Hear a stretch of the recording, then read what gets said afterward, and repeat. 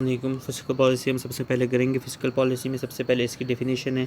Definition में physical policy मुराद वो arrangement है जिसकी वजह से गवर्नमेंट रेवेन्यूज़ और एक्सपेंडिचर्स वगैरह कलेक्ट करती है, फिर उसको बढ़ाती है या कम करती है in order to obtain the economic stability वगैरह। ये डेफिनेशन एज इट इज़ उसका रट्टा मारना है।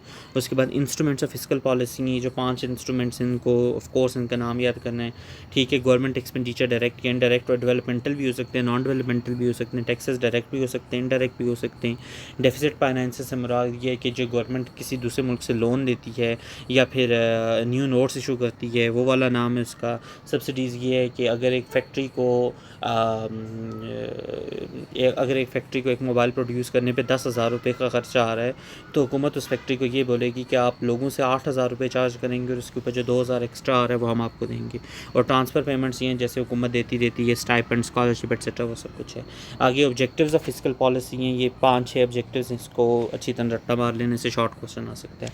उसके बाद रोल ऑफ फिजिकल पॉलिसी है। फिजिकल पॉलिसी का जो रोल है उसमें इन्फ्लेशनरी गैप भी हो सकता है, डिफ्लेशनरी गैप भी हो सकता है। डिफ्लेशनरी गैप कब होता है? जब आपकी जो इक्विलिब्रियम होती है ना, एम्प्लॉयमेंट की इक्विलिब्रियम होती है, वो आपकी फुल एम्प्लॉयमेंट लेवल से कम होती है, ठीक है। तो उस वक्त हम कहते हैं कि ये क्या है, ये इन्फ्लेशनरी गैप है। डिफ्लेशनरी गैप है। डिफ्लेशनरी गैप का ग्राफ कैसे बनाएंगे? वाई एक्सेस पे C+I+G C+S+T रखेंगे, एक्स एक्सेस के ऊपर एम्प्लॉयमेंट इनकम रखेंगे वाई, ठीक है। उसके बाद ओरिजिन से हम एक बिल्कुल लगाएंगे, उसे कहते हैं हम 45 डिग्री की एक लाइन लगाएंगे और उसका नाम है C+S+T। और थोड़ा सा ऊपर जाके एक फ्लैटर कर्व लगाएंगे, उसका नाम है हमारे पास C+I+G। C+I+G C+S+T दोनों आपस में मिल रही हैं एक पॉइंट E के ऊपर। पॉइंट E को अगर हम नीचे मिलाएंगे तो ये क्या है, ये YE है। और उसके बाद ये जो YE है ये YF से कम है, ये डिफ्लेशनरी गैप है। डिफ्लेशनरी गैप को कैसे शो करते हैं? ये जो C+I+G है इससे ऊपर, थोड़ा सा ऊपर करके एक और लाइन बिल्कुल इसके पैरेलल में बनाते हैं, और ये वाली लाइन C+S+T को कट कर रही है एक पॉइंट A के ऊपर, ठीक है। पॉइंट A से नीचे परपेंडिकुलर ड्रा करेंगे, वो C+I+G को B पे कट करेगा, और जिससे नीचे ला के एक्स एक्सिस पे उसको कट करेगा, उसका पॉइंट होगा YF, ठीक है। ये ग्राफ की सारी इन्फॉर्मेशन, ये ग्राफ आपको अच्छी तरह बनाना आना चाहिए। ये डिफ्लेशनरी गैप का ग्राफ है। और इन्फ्लेशनरी गैप का ग्राफ कैसे है, वो भी ऐसे ही है, लेकिन उसमें थोड़ा सा डिफरेंस है। वाई एक्सेस के ऊपर C+I+G C+S+T है, एक्स एक्सेस के ऊपर क्या है, इनकम है। उसके बाद 45 डिग्री की लाइन है, वो क्या है, C+S+T। और उसके ऊपर थोड़ी सी करके लाइन है, वो कौन सी है, फ्लैटर कर्व है, वो कौन सा है, C+I+G है। C+I+G C+S+T दोनों एक दूसरे के साथ मिल रहे हैं पॉइंट E के ऊपर।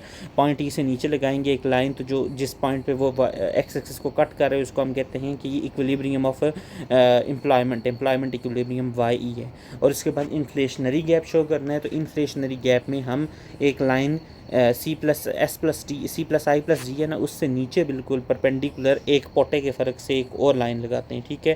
तो ये वाली डॉटेड लाइन आ रही है ना, ये वाली डॉटेड लाइन, ये C+I+G है, ठीक है। ये C+I+G C*I*G*, ये बेसिकली इन्फ्लेशनरी गैप को शो कर रही है, ठीक है।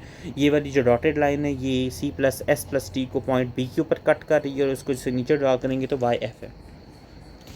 वाई और YF में जो डिफरेंस है वो डेल्टा वाई है। इसी तरह इसमें भी जो डिफरेंस है वो भी डेल्टा वाई है, लेकिन ये इस साइड के ऊपर है टुवार्ड, मतलब ये राइट साइड के ऊपर ये वाला डिफरेंस है, और जो इन्फ्लेशनरी गैप है उसका रेफरेंस टुवार्ड लेफ़्ट साइड के ऊपर होता है। ये एरो का निशान इस साइड के ऊपर है। खैर, इन्फ्लेशनरी गैप डिफ्लेशनरी गैप पिछले मिनट से पहले की बात है।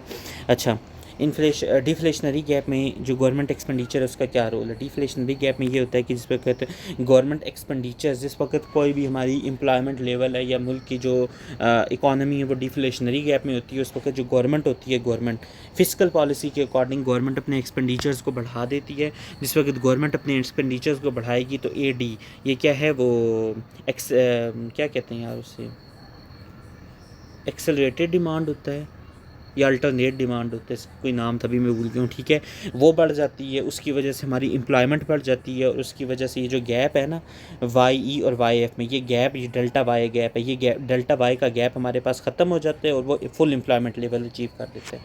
सो डिफ्लेशनरी गैप में फिजिकल पॉलिसी के अकॉर्डिंग हमारी गवर्नमेंट एक्सपेंडिचर जो होती है वो इंक्रीज़ करती है, उसकी वजह से हमारा जो AD है वो इंक्रीज़ करता है, उसकी वजह से हमारा एम्प्लॉयमेंट लेवल Y इंक्रीज़ करता है, और उसकी वजह से हम फुल एम्प्लॉयमेंट लेवल को अचीव कर लेते हैं। इसी तरह डिफ्लेशनरी गैप में जो टैक्सेस हैं, टैक्सेस का क्या रोल होता है। जो taxes according to fiscal policy, जब हमारी गवर्नमेंट होती है डिफ्लेशनरी गैप में, तो जो टैक्सेस होते हैं वो हुकूमत कम कर देती है। जिस पर टैक्सेस कम हो जाते हैं तो उसकी वजह से हमारा कंजम्पशन बढ़ जाता है, उसकी वजह से हमारे इंटरेस्ट रेट बढ़ जाता है, उसकी वजह से हमारा जो इनकम है वो बढ़ जाती है, और उसकी वजह से ये होता है कि फुल एम्प्लॉयमेंट लेवल हम अचीव कर लेते हैं।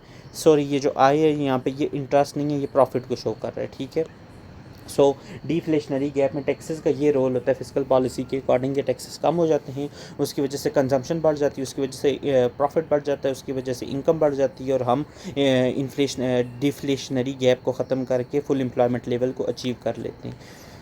अच्छा, ये वाली बात मैं बताना भूल गया। ऊपर वाला जो ग्राफ है ना, एक रोल ऑफ गवर्नमेंट एक्सपेंडिचर, उसमें जो ऊपर वाली डॉटेड लाइन है, डॉटेड लाइन के ऊपर हमने लिखने, पहले वाली जो सिंपल लाइन है वो तो C+I+G है। जो डॉटेड लाइन है उसके ऊपर आप नाम लिखोगे C+I+G+G स्टार है, क्योंकि गवर्नमेंट एक्सपेंडिचर हमने चेंज किया है। तो यहाँ पे जो G है, G के साथ +G स्टार आपने लिखना है, बस इतना सा चेंज करना है।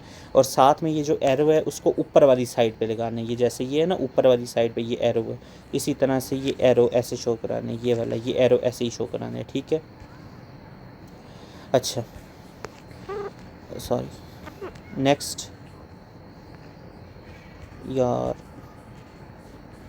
अच्छा, टैक्सेस में क्या है, टैक्सेस में जो C+I+G है, C+I+G को हमने चेंज करना है C*I* और G* में, ठीक है।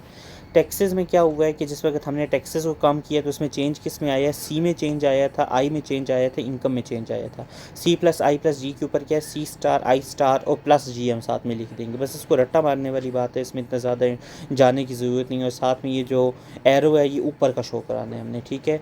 नेक्स्ट है हमारे पास transfer payments. Transfer payments deflationary gap में क्या होता है, फिस्कल पॉलिसी के अकॉर्डिंग ट्रांसफ़र पेमेंट को हम रिप्रेजेंट करते हैं R से। ट्रांसफ़र पेमेंट्स फिर डिफ्लेशनरी गैप में इंक्रीज़ होते हैं, जिस पर वो इंक्रीज़ करेंगे तो कंजम्पशन बढ़ जाएगी, उसकी वजह से इंटरेस्ट बढ़ जाएगा, और उसकी वजह से हमारी जो इनकम है वो बढ़ जाएगी, और एज अ रिज़ल्ट हम जो डिफ्लेशनरी गैप है उसको ख़त्म करके फुल एम्प्लॉयमेंट लेवल अचीव कर देंगे, ठीक है। सो C+I+G, और इसके साथ अब फोर्थ सेक्टर कौन सा है, ट्रांसफ़र पेमेंट से, वो ऐड हो गया। तो इसके साथ ये जो ये वाला लाइन है इसमें लिख देंगे C+I+G+R, और ऊपर वाली लाइन में लिखेंगे C+I+G+R+R*, ठीक है। और यहाँ पे भी इसे एरो ऊपर की तरफ शो कर देंगे।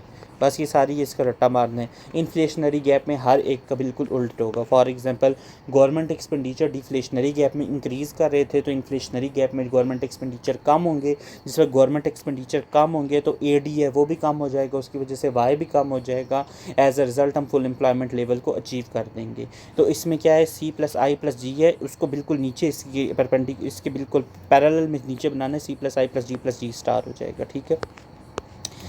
इन्फ्लेशनरी गैप में टैक्सेस में क्या था, डिफ्लेशनरी गैप में हम टैक्सेस को कम कर रहे थे, यहाँ पे टैक्सेस को हम बढ़ा देंगे। सो टैक्सेस को बढ़ाएंगे, एज अ रिज़ल्ट हमारा जो कंजम्पशन है वो कम हो जाएगा, उसकी वजह से हमारा प्रॉफिट कम हो जाएगा, उसकी वजह से हमारी एम्प्लॉयमेंट लेवल कम हो जाएगी, और फिर हम फुल एम्प्लॉयमेंट लेवल को अचीव कर देंगे। और सेम इसी तरह आपने इसको ग्राफ में रिप्रेजेंट करना है। और उसके बाद क्या है जी के ट्रांसफ़र पेमेंट्स जो है डिफ्लेशनरी गैप में हम ट्रांसफ़र पेमेंट्स R को इंक्रीज़ कर रहे थे, यहाँ पे ट्रांसफ़र पेमेंट्स R को हम डिक्रीज़ करेंगे। इस वक्त ट्रांसफ़र पेमेंट को डिक्रीज़ करेंगे तो उसकी वजह से हमारा कंजम्पशन कम हो जाएगा, उसकी वजह से हमारा बाइंग कम हो जाएगा, इसकी वजह से हमारा आय प्रॉफिट कम हो जाएगा, और फुल एम्प्लॉयमेंट लेवल को हम अचीव कर देंगे। ये वाला सारा था फिस्कल पॉलिसी से रिलेटेड, ये वाला क्वेश्चन आएगा पेपर में, इस वजह से इसको अच्छी तरह से याद करना होगा।